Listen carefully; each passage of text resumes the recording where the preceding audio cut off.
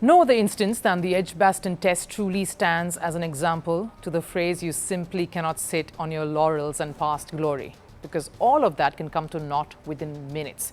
Ask Australia after the World Test Championship loss to South Africa. Nothing tests you more than time, and two captains learned that over the course of 5 days in Birmingham, with one coming out heroic, standing tall, and the other being dubbed a crybaby. Shubman Gill tasted victory for the first time as India's Test captain. And this one especially would have been sweeter because he silenced every critic who questioned team selections, the impact of the bowling unit, the time of declaration, his skills as captain. Now, to be honest, most of that criticism was valid. India did let many things slip away at Leeds, including dollies as catches. So the backlash had to come, and it was going to be severe. And while many go on to wither under the weight of words, Gill and his side stood resolute. The team selections paid off. Ravindra Jadeja came under fire after underperforming at Leeds, but he contributed in Birmingham with bat and ball. Everyone wondered if this bowling unit would stand up to the English batters, would be able to take 20 wickets without the presence of Jasprit Bumrah, but they delivered. Akashdeep was unplayable at parts. Mohammad Siraj gave him brilliant support at the other end. Gill too was found to be more reactive than proactive. That's what many experts were saying after that first test at Leeds, something he seems to have worked on too.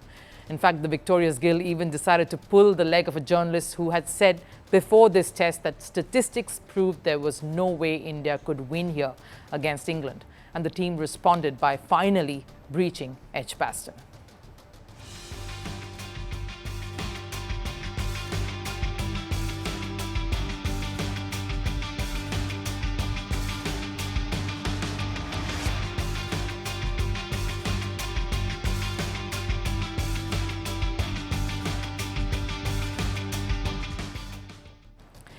So how did this happen? Well, one can never truly know how this very team with lesser potency crumbled just a test earlier, and how with new, slightly inexperienced additions did the unthinkable here. But just maybe, pressure, a world of pressure at that, makes you push your limits and discover something in you that you didn't possibly have or didn't realize you did. If Gill led the charge with his demeanour and of course with his willow, a double 100 and 100 to boot in the game, his opposite number not only whittled down under pressure while batting, but ended up generating enough fury with this comment. To be honest, it's probably ended up being more of a subcontinent pitch as it's got deeper and deeper into the game.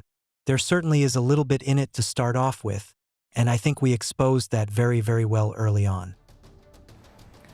I'm just as surprised as many of you were, including some experts, and I have so many doubts now after listening to Stokes' interview post that match. How was that a subcontinent track? Commentators are just as bemused with this particular observation.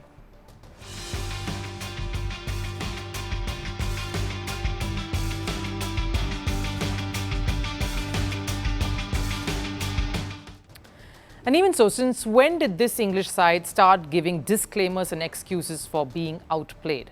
They lost, fair and square. It wasn't the pitch, it wasn't the conditions. India outbatted, outbowled, and outfielded them by miles. It was a fitting, resounding response to level scores and make Lords an exciting affair now to watch out for. Which brings me to the next point. England cricket went through a massive slump, not just because of their performance, rather the lack of it on the field, but it was also about what they were saying off it, the messaging that reflected their attitude during this phase. And Stokes' comments doesn't sit too well here.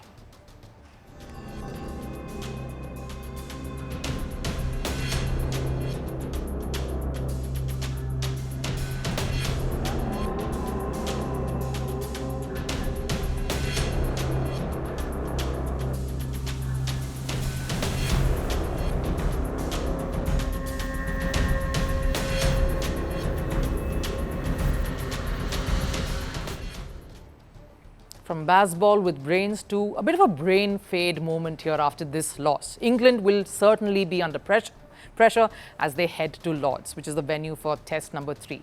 And with Jasprit Bumrah a certainty there, India will be raring to ride on the momentum they've got here and the confidence that this record-breaking win has given them.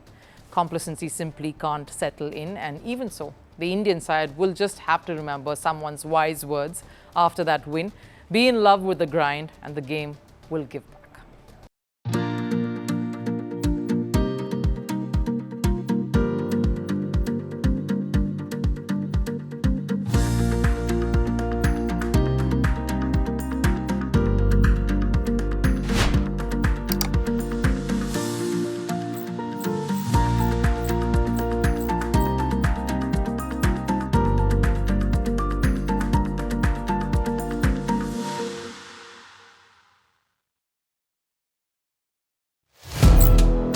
Firstpost now available in 9 languages on YouTube. English, Stands at $36 trillion. French, Le FMI, comme German, Geschäftsführenden Direktor, Hindi, $30 trillion ka karj mo. Indonesian, Pemerintah tanpa pemeriksaan. Italian, Skali radikali. Stop Japanese, $4 trilhão mo. Portuguese, Por causa do próprio balanço patrimonial. Spanish. Beautiful bill. Go to Settings, click on Audio Track and select a language of your choice. Be the first to know what's happening around you in your first language. Firstpost.